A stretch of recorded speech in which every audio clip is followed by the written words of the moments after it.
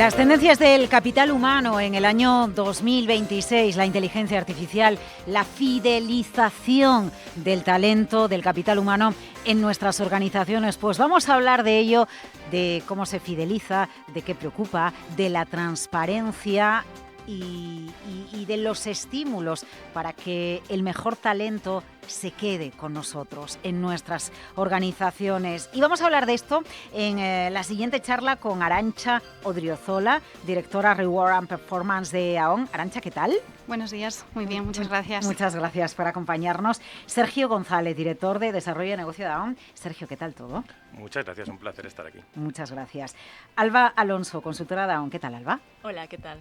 Encantada. Bueno, pues muchísimas gracias por acompañarnos y vamos a empezar a plantearles, voy a empezar a plantearles a ustedes algunas de las cuestiones que nos inquietan desde el punto de vista de la organización. Uno de los temas que más está marcando en este momento la agenda de los recursos humanos y la compensación es la transposición de la Directiva Europea de transparencia salarial. Todavía hay incertidumbres sobre cómo la vamos a aterrizar, sobre cómo vamos a concretar esta transposición en nuestro país, en España, pero muchas compañías lo que están haciendo, Arantxa, es preguntarse qué implicaciones tiene, qué información deberá preparar y cómo va a afectar a las políticas retributivas de las organizaciones, criterios internos y sobre todo la conversación con los empleados.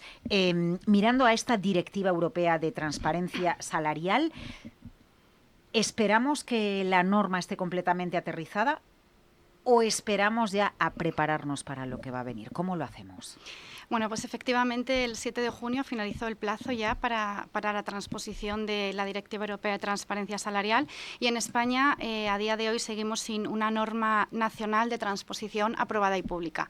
Pero esto no significa que no haya movimiento, porque bueno, el Ministerio de Trabajo ya ha comunicado que existen borradores, se ha abierto el trámite de consulta pública previa también y además se ha comentado que se va a crear un órgano que se va a encargar de recopilar y publicar información sobre brecha salarial.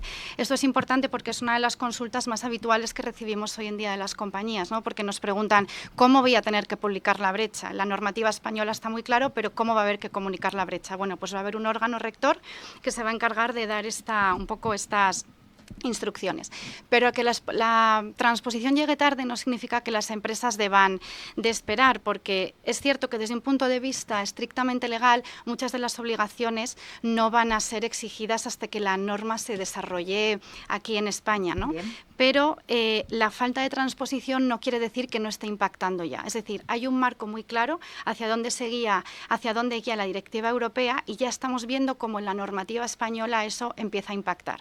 Un ejemplo lo vemos en las comisiones de igualdad, ¿no? Nosotros trabajamos diseñando planes de igualdad, trabajamos con comisiones de igualdad y aunque aquí la normativa en España diga que hay que analizar brechas por encima del 25%, estamos viendo como muchas comisiones ya están pidiendo justificar brechas por debajo de ese umbral.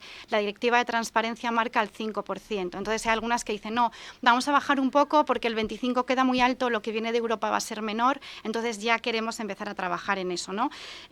Ahí vemos que hay una tendencia. Entonces, aunque es cierto que no es 100% exigible, bueno, sí que vemos que las empresas empiezan a moverse ya y la recomendación nuestra, desde luego, es que lo hagan. Exactamente, eso lo iba a plantear. Claro, ¿qué tiene que ir haciendo una compañía? ¿Qué tiene que ir haciendo una organización al respecto? Claro, la Directiva de Transparencia, esto ya lo saben las compañías, ¿no? Va a impactar mucho, va a suponer un cambio muy relevante en todo lo que es documentar y explicar las decisiones retributivas, ¿no?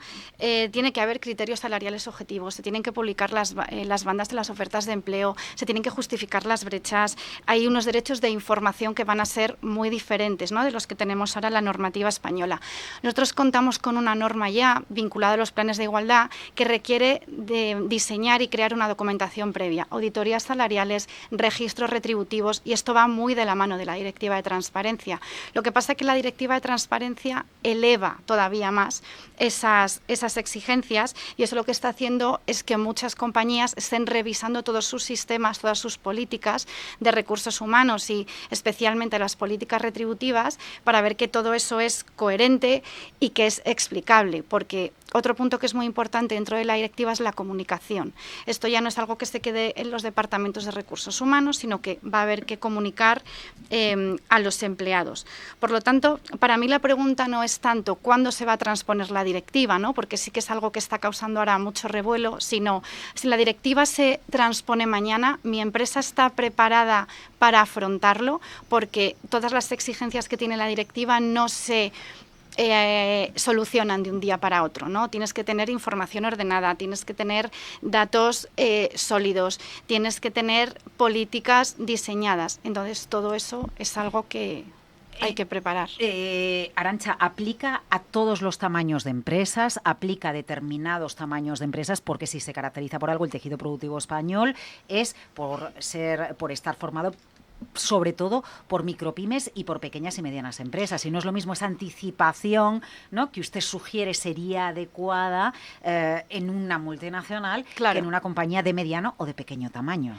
Sí, la que dice la directiva europea ahora mismo es que las empresas de más de 100 empleados son las que van a tener que comunicar la brecha salarial. ¿Qué es lo que ocurre? Que como en España ya contamos con una directiva muy vinculada, ¿no?, a esta directiva de transparencia, que es todo lo que tiene que ver con los planes de igualdad, y el rango en este aspecto, la normativa nacional, son 50 empleados, no descartamos que aquí se ajuste más a lo que tenemos a nivel nacional, porque a priori no tendría mucho sentido que la directiva europea fuera por un lado y la normativa nacional fuera por otro.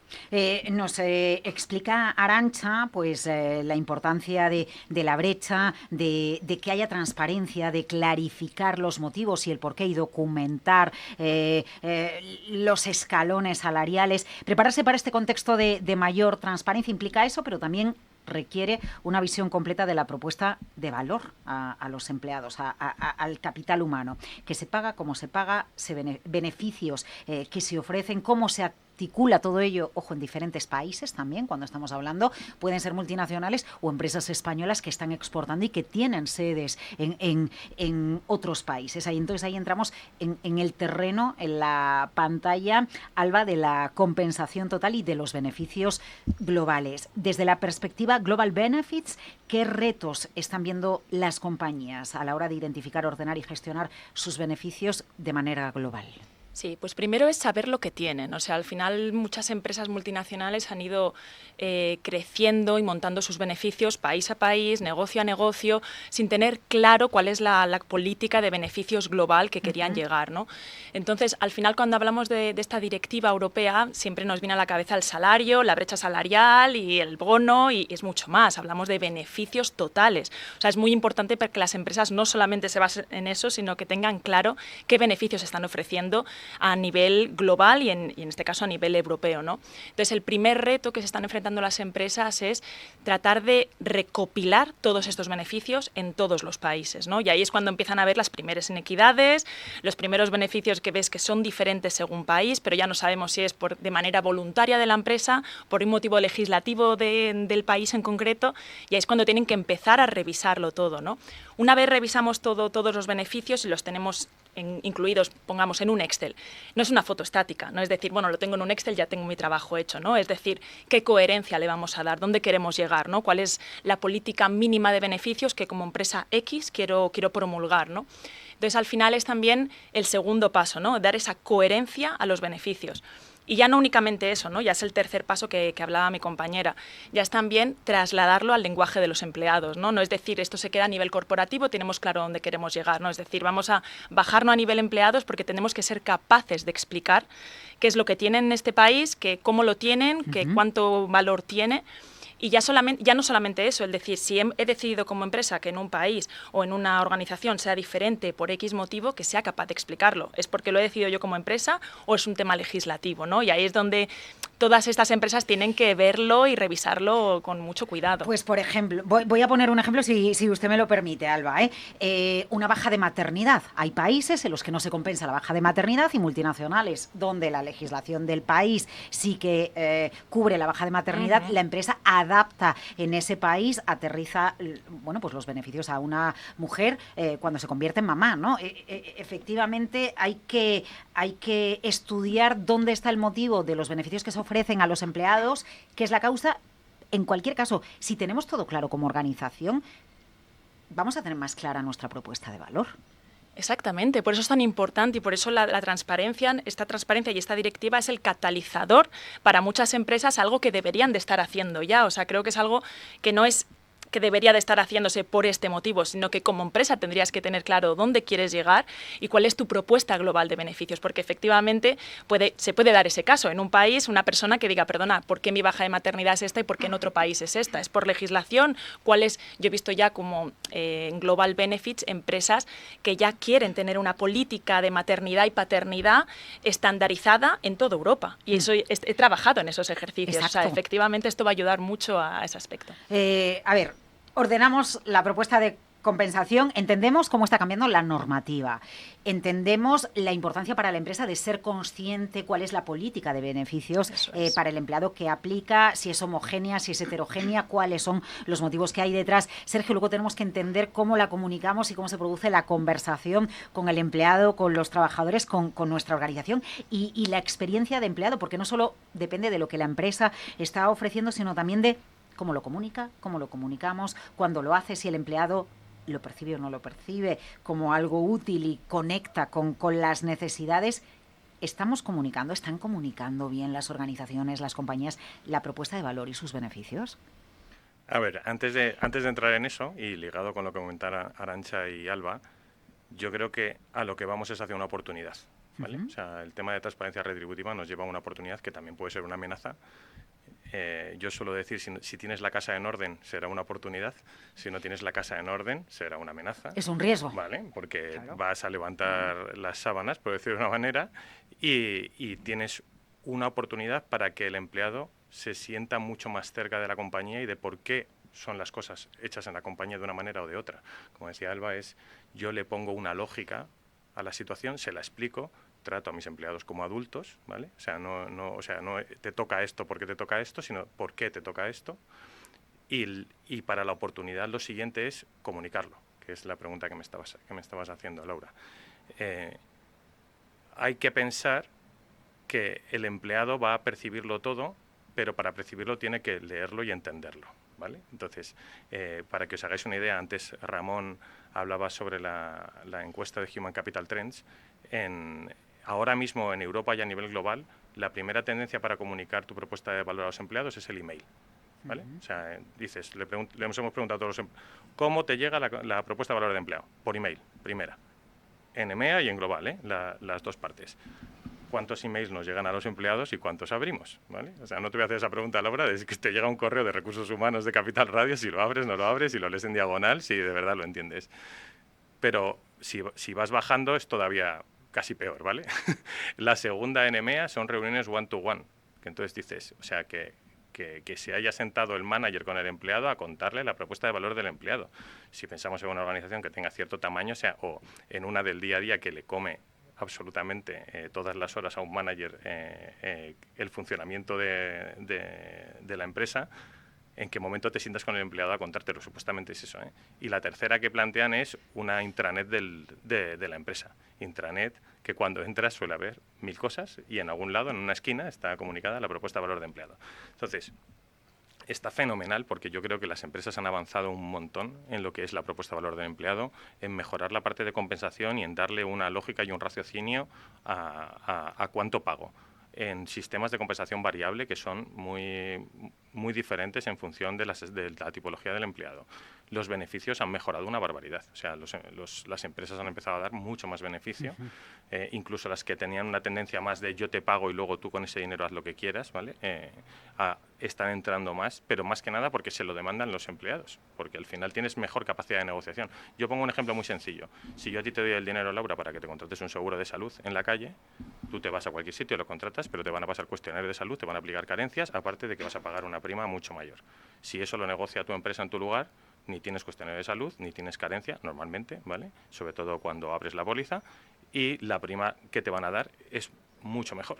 Entonces, el tema de cuestionario de salud, que la gente, por ejemplo, no le pone mucho foco de atención, imagínate que tienes una patología previa. Pues es que aunque yo te diera el dinero, ninguna compañía de salud te va a hacer ese seguro. Si la empresa no hace ese esfuerzo de hacer ese seguro colectivo en el que tú entres, nunca vas a poderlo tener, ¿vale? Y entonces ya si te vas a la siguiente derivada, que es voy a captar talento, cuando voy a captar talento, como no le ofrezca un seguro de salud, y el que viene con un seguro de salud, te va a decir que no. Entonces, al final, por decirlo de la manera, la implicación de la empresa cada vez es mayor, pero una vez que construyes, te decía, en todo esto no avanza mucho, en lo que no avanza mucho es en comunicarlo. ¿Vale? Que ahí es donde... ¿Cómo está siendo la experiencia del empleado precisamente en esos tres principales procesos en los que se establece la comunicación de los benefits, Sergio? Pues a ver, como te decía antes, van casi siempre lanzando emails. El problema de los emails es que la comunicación no está personalizada en el empleado. Exacto. Cuando al final tienes herramientas con las cuales puedes utilizar para llegar a ese empleado, que desde ahora las implementamos, al final consigues que la experiencia del empleado sea personalizada porque creas segmentos. O sea, los managers reciben la información que tienen que tener, los directivos la que tienen que tener, los empleados la que tienen que tener, pero dentro de los empleados, a lo mejor los comerciales tienen que ver otra cosa completamente distinta. Bien. Entonces, al final, le haces una personalización de la comunicación. Y él, al verse personalizado, y de una manera más interactiva y ser un sitio en el que además también contrata beneficios, al final es un sitio en el que es de doble dirección. Y al tener doble dirección, el empleado lee, entiende y entonces lo asimila. Si tú esto lo pones en comparación con chutar un email, con todo el cariño, pues tienes una propuesta de valor maravillosa, pero... Bueno, ni que decir, tiene entonces una esquina en la intranet. Eso no. La duda que me genera es el one-to-one. Es así. Porque que haya... Bueno, ¿no? Que haya contacto, Laura, y que haya diálogo para un manager con su superior, un manager ya en un nivel alto con su superior, es muy importante tener feedback y tener una conversación. No, sí, totalmente, vamos, o sea, eso por encima de todo. Lo que me refiero es a one-to-one para explicarle los beneficios que tiene la empresa. Exacto, que, claro, entonces ahí ya tienes que ir aguas arriba y que el manager esté bien formado y que sepa lo que tiene. Mira, tenemos clientes que, por ejemplo, utilizan nuestras herramientas porque le obligan a un compañero o a un manager a, usando la herramienta, enseñarle al empleado la propuesta de valor de empleado cuando una persona llega nueva a la empresa. Y entonces al final dices, oye, le vas enseñando el lugar donde tiene toda su propuesta de valor y se lo vas mostrando todo. Cuando tú tienes que explicar algo, lo has tenido que aprender primero, ¿vale? Entonces ya eso ya te da un punto de base. Y ligado también con lo que comentaba Arantxa antes, que yo no sé si vamos, que seguro que luego lo iba a comentar cuando desarrolláramos esto, en el tema de transparencia retributiva lo que nos está llegando mucho es también la formación a los managers, porque claro, cuando ocurra esto, aunque va a ser como un Big Bang o algo así, ¿vale? Al primero que va a preguntar el empleado es un manager. Entonces, formarle, explicarle qué es lo que es, explicarle por qué ocurren las cosas para que pueda solucionar esas dudas, va a ser algo crítico. O sea, la formación a los managers, que al final se convierten en los embajadores de la empresa, es algo que cada vez tiene más importancia. Bueno, y en según qué organizaciones, el manager acaba convirtiéndose en un gestor de los equipos que ejecutan lo que la empresa quiere, ¿no?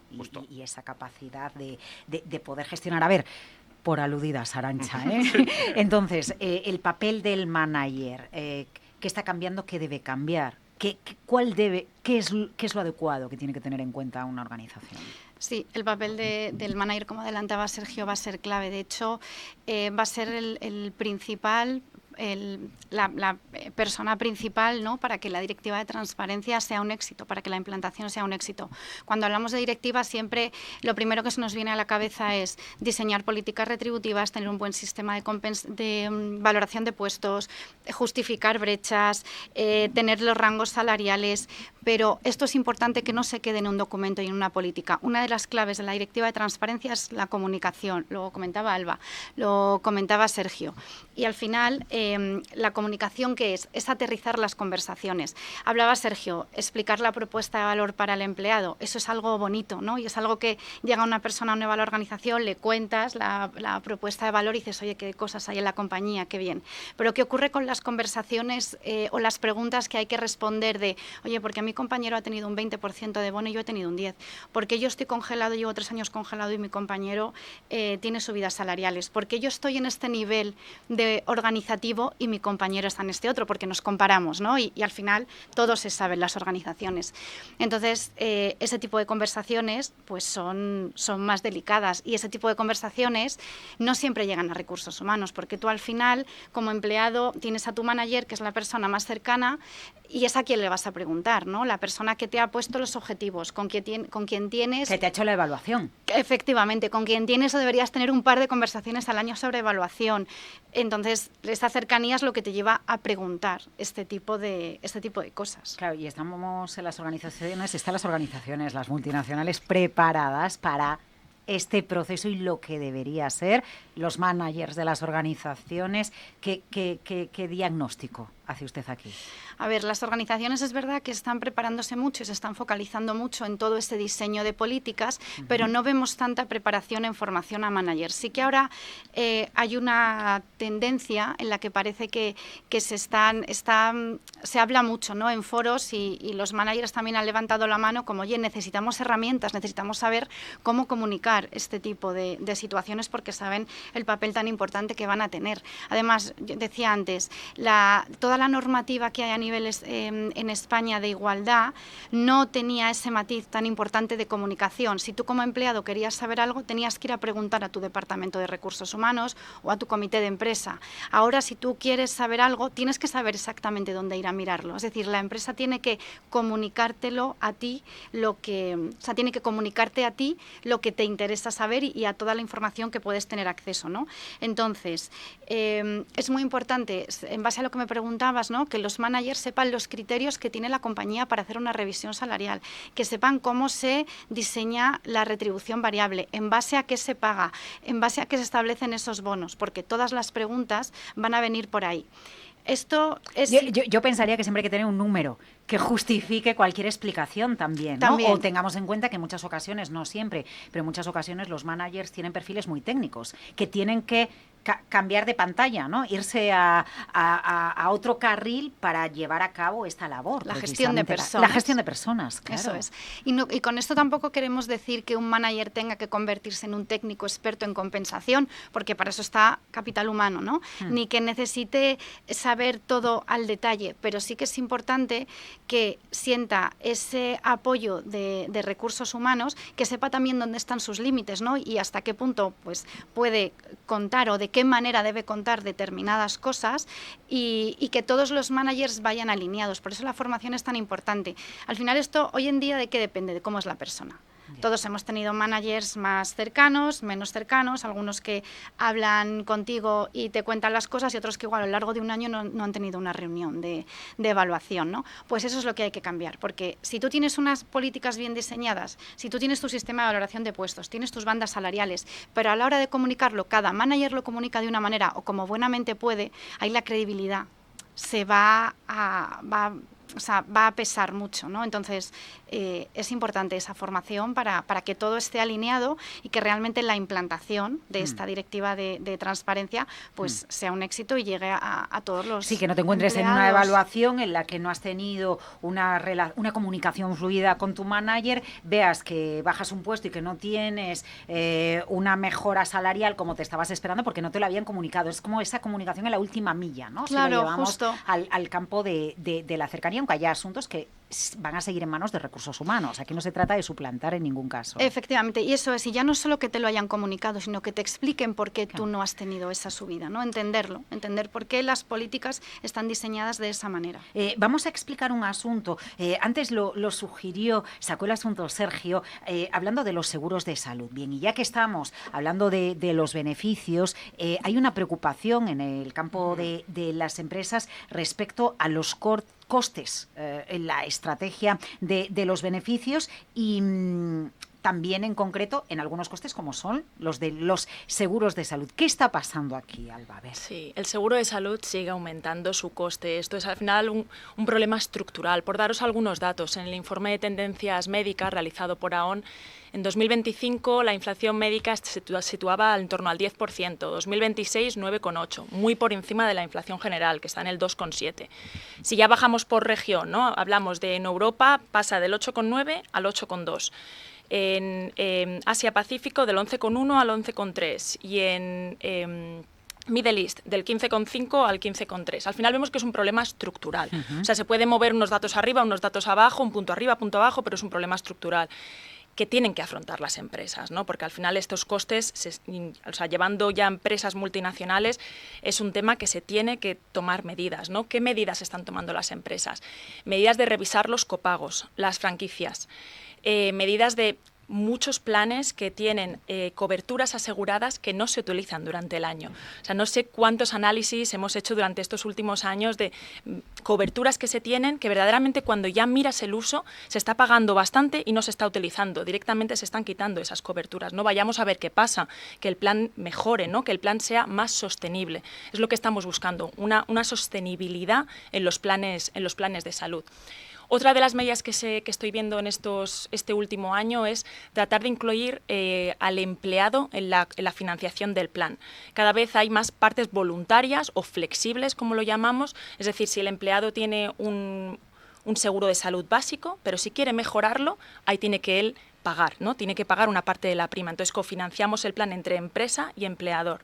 Este es un punto importante, ¿no? También ligado con todo lo que hablábamos de la transparencia, porque al final tienes que ser capaz de que el empleado no vea como que está perdiendo beneficios, porque si tú el empleado el año que viene le dices, mira, esta cobertura a partir de ahora te la vas a pagar tú, si se lo explicas así, puede decir, me estás quitando beneficios. Entonces ahí está el hilo que hablaba mi compañera Arantxa de claro, cómo pero lo al final comunicamos. hay que gestionarlo desde la organización, desde arriba, porque efectivamente es un coste importante. Es un coste muy importante. La plantilla que se tenga y sobre todo si hay algunos beneficios o algunas coberturas que no se utilizan, ¿no? En el caso de los seguros médicos. Sí, también lo que estamos viendo mucho, y esto ya llevamos años, en impulsar las medidas de bienestar, well-being, prevención. Es muy importante que las empresas generen, o sea, que inviertan dinero en estas medidas, porque al final patologías que pueden no terminar en algo que pueda ocasionar muchísimo dinero a la empresa, es gracias a estas políticas de prevención y bienestar, ¿no? Porque al final, si tú tienes una patología, si tú no la cuidas, puede terminar en un cáncer, por ejemplo, ¿no? Poniéndonos en lo peor, y esto es un dinero bastante gravoso para lo que son las empresas, ¿no? Entonces, también seguimos viendo el tema de invertir en estas capacidades de bienestar y de well-being. Otra de las cosas muy importantes, y esto está ligado con lo que decía Ramón y que se está invirtiendo bastante, es en el tema de la inteligencia artificial, el famoso Data and Analytics, ¿no? Y ahora lo que estoy viendo es que las empresas quieren datos, o sea, es lo más importante, porque el seguro de salud no es algo estático que se renueva una vez al año y te olvidas hasta el año que viene, ¿no? Esto, yo llevo más de 10 años trabajando en el sector y antiguamente, y mis compañeros me dan la razón, era como 3 meses antes empezabas la renovación del seguro de salud, cuando ya terminabas, bueno, ya hasta el año que viene. No, al final esto es todo el año. Estás analizando los patrones de este seguro de salud, el patrón de las personas que están recogidas, ¿no? En ese seguro de salud. ¿Cuál es la tendencia? Las empresas quieren saber la tendencia de sus planes de salud para poder actuar e invertir en consecuencia. Por eso es tan importante los datos, por eso son tan importantes las estadísticas y por eso es tan importante la inteligencia artificial. O sea que al final se está haciendo mucho en apoyar este tipo de inteligencia artificial y datos para poder ayudar a las empresas a tomar decisiones de cara a futuro, que no sean de cara en presente y se acabó. Bueno, es que al final hay que encontrar el equilibrio perfecto entre los benefits, la comunicación, en la relación con el empleado y cómo están cambiando. Yo no se lo he dicho a ninguno de ustedes tres, pero la realidad es que las generaciones de ahora tienen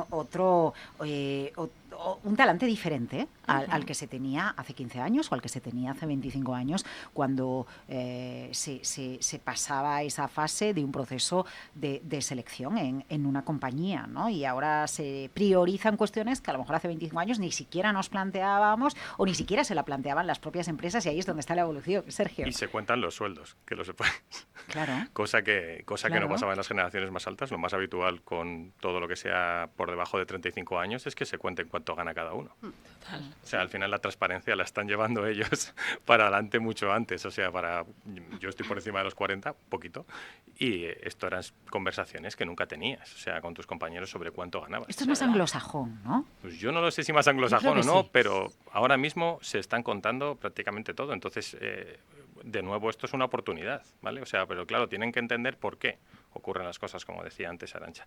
Y también retomando un poco el hilo de lo que comentaba Alba, o sea, al final el tema del dato y el bienestar, que el bienestar entró en nuestras vidas, yo creo que muy de la mano de la pandemia, ¿vale? Era un olvidadillo que estaba dentro de las casas de recursos humanos, lo puso en primera fila cuando nos ocurrió el COVID. El problema del bienestar es que es muy amplio. Entonces tú tienes que aprender a centrar el tiro, porque si no, pues matas moscas a cañonazos. Entonces necesitas arrancar en el dato, como os comentaba Alba. Yo el punto crítico que veo es que si tienes dato tuyo solo y no tienes con qué compararlo, es muy complicado detectar las desviaciones, porque si te dan el comportamiento de tu póliza de salud y te dicen, oye, es así, ¿vale? Dices, bueno, esto es bueno o es malo, ¿vale? O en qué sitio está por encima de la media, necesitas la media para poderlo comparar, detectar ese punto en el que esté la siniestralidad, donde esté habiendo más frecuencia de uso o frecuencias con picos de punta de gasto muy altos. Y al final la suerte o desgracia que tienes en un seguro de salud es que detrás de ese siniestro, que no te ocurre en una póliza de daños, porque en una póliza de daños un siniestro pues es un incendio o es un robo, aquí detrás de un siniestro hay una patología. Entonces, si tú eres capaz de determinar la patología que desemboca en ese siniestro, tú puedes centrar una acción de bienestar sobre esa patología. O sea, estás subiendo por el río para llegar donde está la fuente de donde ocurre, lo cual te va a llevar a que se mejore el comportamiento de la póliza, que al final nosotros, a lo que nos dedicamos, es algo que nos ocupa y nos preocupa, ¿vale? Pero al final también desemboca en que haya un mayor bienestar del empleado y luego el temazo que hoy en día hay también, junto con transparencia en los ambientes de recursos humanos, es en revisar el absentismo. Porque al final, le puedes preguntar a cualquier persona de recursos humanos o incluso a un CEO o un CFO y es una preocupación a día de hoy tremenda. Y al final es ver maneras en las que poder ayudar para que ese absentismo baje, porque si al final tienes una plantilla más sana, el absentismo tiende a disminuir. Me parece fascinante el asunto que usted, Sergio, pone encima de la mesa, porque para todas las asociaciones empresariales de nuestro país, para todas de diferentes tamaños, es el tema que ocupa, que preocupa, y las cifras son milmillonarias, tanto para la seguridad social como para todo nuestro tejido productivo. ¿Los benefits pueden reducir el absentismo laboral?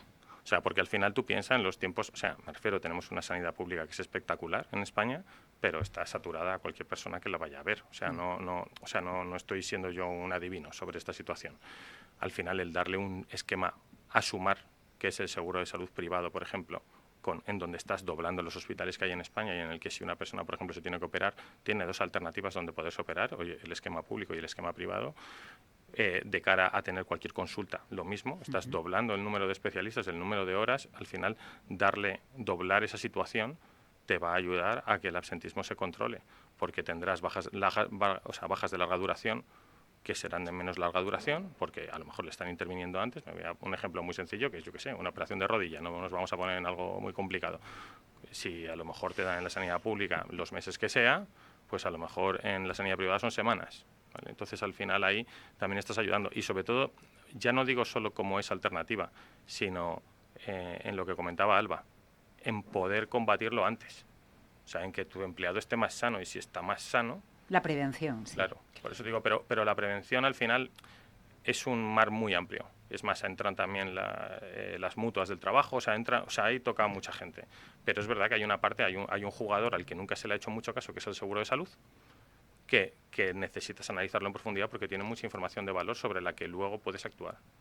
Me estoy saliendo de tu pregunta inicial por todos lados. No, me parece fascinante el asunto que usted plantea, pero porque para muchas empresas en el ámbito de la gestión de los recursos humanos, el gran problema que al menos tenemos en nuestro país, no sé en otras economías, pero el gran problema para los equipos de dirección es el absentismo. Y entonces yo ya aprovecho, ya que ustedes han hecho un análisis de inteligencia aquí. Diga, Sergio. No, es que además, Laura, es muy cuantificable, porque hay muchas veces que la función de recursos humanos le cuesta mucho cuantificar las cosas, porque al final, cómo impacta una formación en una cuenta de resultados, hay veces que es complejo. Sí. O sea, hay medidas que son complicadas llevarlas a un comité de dirección, porque al final cómo te afecta a la P&L de la compañía o a la cuenta de pérdidas y ganancias.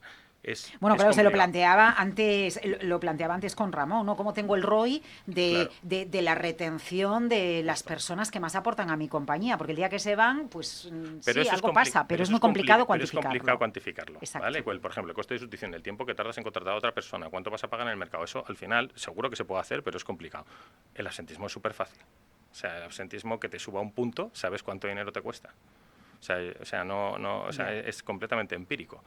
El problema es cómo conseguir reconducir eso. Nosotros siempre recomendamos que en el momento en el que empieces a ver que el absentismo empieza a incrementarse, aunque sea poco a poco, y que digas, no me preocupa todavía, ahí es cuando tienes que empezar a actuar, ¿vale? O sea, porque actuar sobre absentismos muy altos es complejo, se pueden hacer cosas, pero que es complejo, pero sobre todo hay que, en cuanto empieces a ver que hay una pequeña desviación, es empezar a meterte en el asunto. Muchísimas gracias por este análisis de inteligencia de la gestión del capital humano de nuestras organizaciones, de la mano de la normativa, de la comunicación, ¿no? y de cómo hablamos con los empleados y de lo que se necesita y se reclama ahora, con ejemplos concretos también. Muchísimas gracias, Alba.